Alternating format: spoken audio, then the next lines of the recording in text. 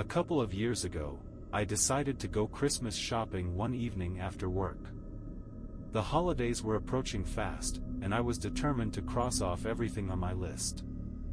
I'll mention here that I'm a woman, and while I usually prefer shopping with someone else, this particular night I decided to go alone. I wanted to buy something special for my husband and surprise him, so shopping solo seemed like the best option. I left work a bit earlier than usual that day and headed straight to a local shopping center. It was a fairly large place with a mix of stores and strip malls that were all close to each other.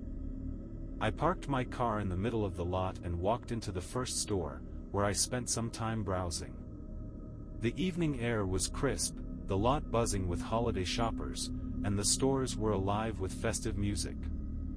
After about an hour of hopping between stores, I managed to find a few great gifts for family and friends. Feeling accomplished, I made my way back to my car with my bags in tow. It was getting darker by the minute, the sun already setting behind the buildings. As I reached my car and loaded the bags into the trunk, I noticed a car parked a row over. A man sat in the driver's seat, and while I couldn't make out much about him, I could feel his gaze fixed on me. It wasn't a quick glance or a passing look, he was staring, and it was unnerving.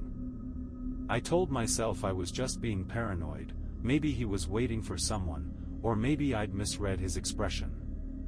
I quickly climbed into my car, locked the doors, and drove off without giving it too much thought. Still, I couldn't quite shake the discomfort. My next destination was a Target about 2 miles away. I figured I could find some of the last few gifts on my list there, plus pick up a few essentials. The parking lot was busy, with cars moving in and out as shoppers rushed to finish their errands. I parked and went inside, spending about 30 minutes weaving through aisles, comparing prices, and making my final selections. The store was crowded, and I felt safer surrounded by people. When I finally left Target and walked back to my car, I had nearly forgotten about the earlier incident. That is, until I noticed another car parked just a few spaces away. My stomach dropped as I realized it was the same vehicle from before, and the same man was sitting in the driver's seat. He was staring again, his eyes locked on me. My hands began to shake as I fumbled to unlock my car. This wasn't a coincidence anymore, it couldn't be. I got into my car as quickly as possible, locked the doors, and started the engine. I didn't want to look at him again, but I couldn't resist glancing in his direction. He didn't move, didn't flinch, just sat there, watching. I backed out of my spot and drove off, checking my mirrors constantly to see if he was following me. To my relief, he stayed in the parking lot. I tried to calm myself as I headed to my final stop, a grocery store near my home. I needed to pick up a few things for dinner, and I didn't want to let fear ruin my plans. The lot was quieter than the others had been, with fewer cars and dimmer lighting. I parked near the entrance and hurried inside, grabbing the items I needed in about 15 minutes. When I walked back to my car, I hesitated before unlocking it. I looked around the parking lot, scanning every vehicle in sight. At first, I saw nothing unusual. But just as I was about to open my door, I caught a glimpse of him. He was there again, parked across from me, partially hidden by a couple of other cars. My heart pounded in my chest. This wasn't random, he was following me. I didn't wait to analyze the situation. I got in my car, locked the doors, and sped out of the lot. As I drove home, I kept checking my rearview mirror, certain I'd see his headlights behind me. But he didn't follow me this time, and I felt a small wave of relief. When I got home, I unloaded the groceries and told my husband about the strange man who had been watching me. He listened carefully, his expression growing more serious as I explained what had happened. We were just starting to discuss whether or not to call the police when I glanced out the window and froze. A car had pulled over in front of our house, its engine idling. I didn't need to look twice to know it was him. The man had somehow found my home. My husband's jaw clenched, and without a word, he went to the hall closet and grabbed his baseball bat. My heart raced as he stormed out the front door, bat in hand, heading straight for the car. The man must have realized he was in trouble because the second my husband stepped onto the lawn, the car screeched away, tires squealing as it disappeared down the street. My husband stood there for a moment, bat in hand, watching the car until it was completely out of sight. When he came back inside, he promised me that if the man ever returned, he'd deal with him himself. Luckily, we never saw the man again. I don't know what his intentions were. Maybe he thought I lived alone and planned to break in, or maybe he had some other sinister plan. Whatever it was, I'm just grateful that my husband was home and ready to act. To this day, the thought of being followed like that, even to my home, still sends shivers down my spine. It's a stark reminder to always stay aware of your surroundings, especially during the holidays when the world feels just a little more chaotic than usual. A couple of years ago, I had to do some last-minute Christmas shopping at Target. I was 18 at the time, and this happened the night before Christmas Eve. Every year, my family hosts a big Christmas celebration at our house, with grandparents, aunts, uncles, and cousins all gathering together. It's a tradition where everyone exchanges gifts, making the holiday season especially fun and festive. I had already been shopping several times since Thanksgiving and had managed to check off most of the names on my list. However, I completely forgot to get something for my cousin Josie. She was around 14 at the time, and I found her particularly difficult to shop for. Being a teenage girl, I had no clue what kind of gifts she might like. When my parents asked if I had gifts for everyone, I suddenly remembered I still needed to find something for her. So, I decided to head down to the local Target, which was only about 5 minutes away. It was around 8 p.m., and the store was surprisingly not as busy as I expected for the holiday season. After walking inside, I wandered the aisles aimlessly, hoping that inspiration would strike. I must have spent at least 10 minutes roaming the store, unsure of what to buy, before finally deciding to get her a gift card. It wasn't the most creative gift, but it was practical, and I figured she could pick out whatever she wanted. After paying for the gift card, I left the store and walked toward my car. I had parked relatively close to the entrance, which made it convenient. However, as I approached my car, I noticed a man standing near it. He looked young, probably in his mid-20s, about 6 feet tall, with short dark hair. He didn't seem to be doing anything in particular, just standing there, but his presence made me uneasy. As I got closer to my car, the man suddenly started walking toward me. He asked if I could give him a ride, but I immediately declined. The idea of giving a stranger a ride, especially at night, was out of the question. I walked past him and said, "Sorry, I can't," but he persisted. He followed alongside me, explaining that he desperately needed a ride and that it wasn't far. Nothing he said made me feel comfortable, and I firmly repeated that I couldn't help him. At this point, he stepped in front of me, effectively blocking my path to my car. I started to feel a rising sense of panic. Trying to stay calm, I asked him to move, explaining that I was in a hurry. Thankfully, he seemed to get the hint. He stepped away, walking around to the front of my car, and apologized for bothering me. Relieved, I told him it was fine and wished him a good night.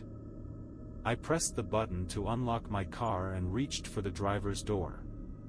Out of the corner of my eye, I noticed the man walking toward the Target entrance, or so I thought. But just as I opened my door, he suddenly darted toward the passenger side of my car. Before I could react, he swung the door open and started climbing in.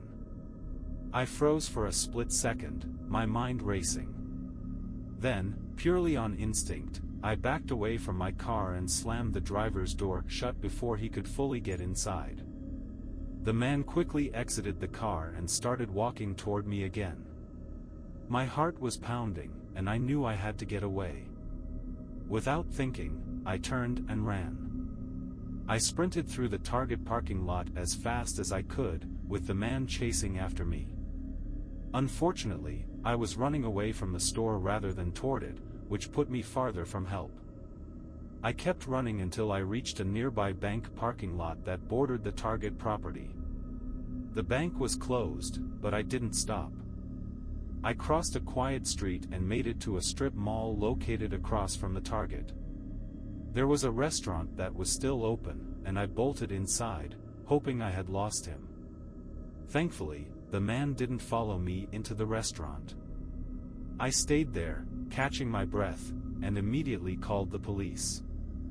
I explained what had happened and waited inside until officers arrived.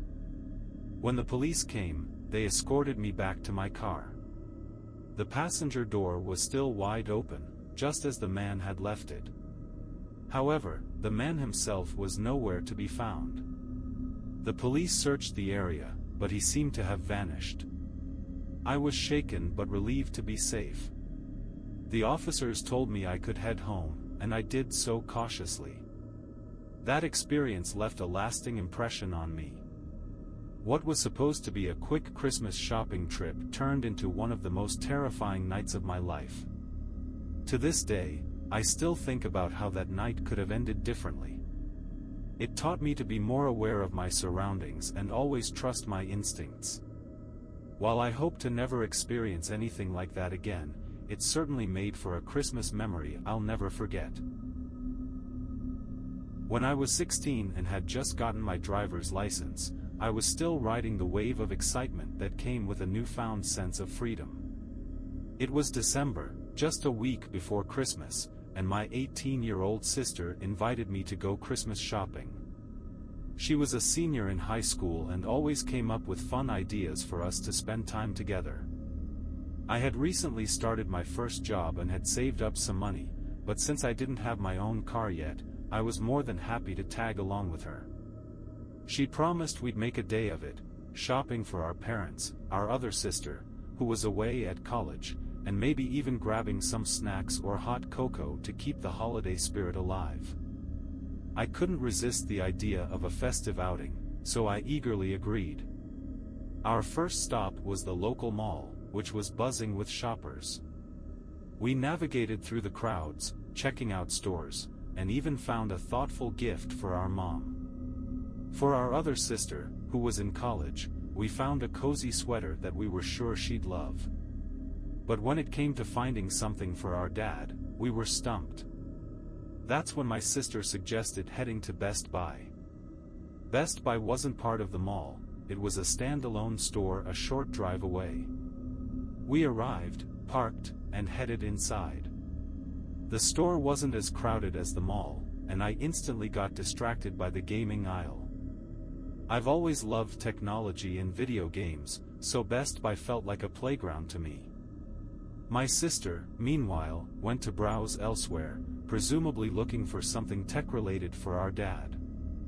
I was completely engrossed, admiring the latest game releases and accessories, when my sister came back to me, her face pale and tense.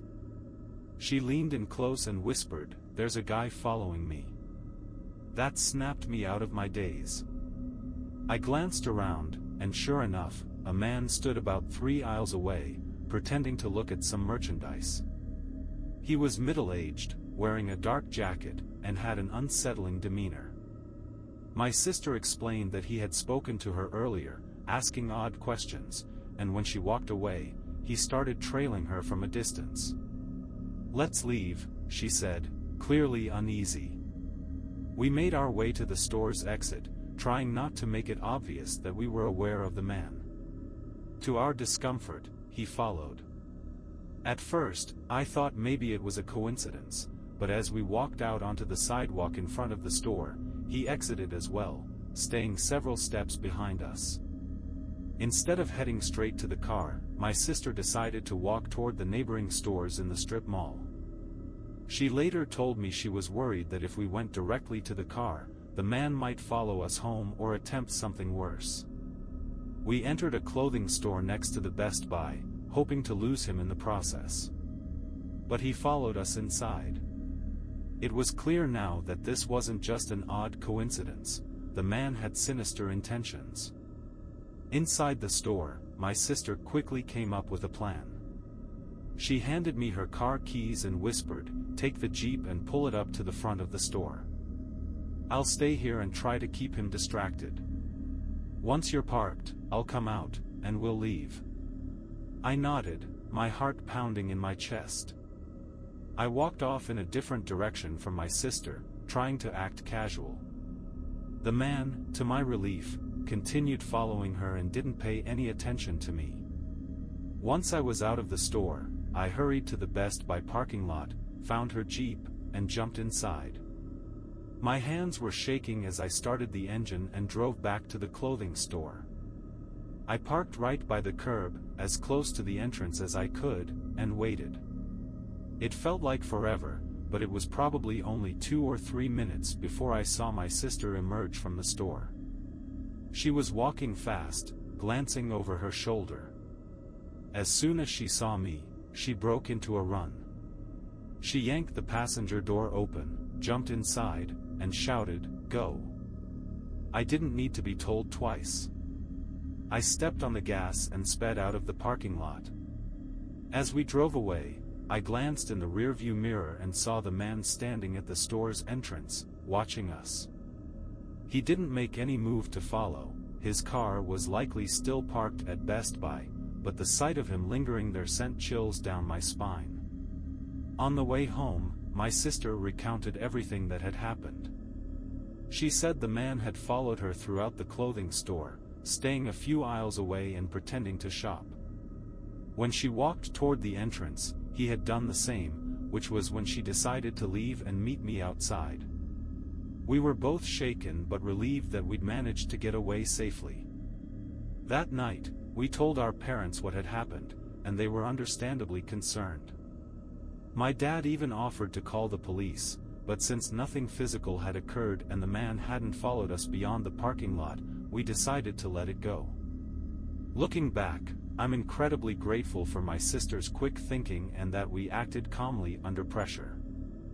The experience taught me to always be aware of my surroundings and trust my instincts when something feels off. That Christmas shopping trip wasn't what we'd envisioned, but it's a memory we'll never forget. To this day, I'm proud of how we handled the situation, and every year around the holidays, my sister and I laugh nervously about our creepy Best Buy adventure.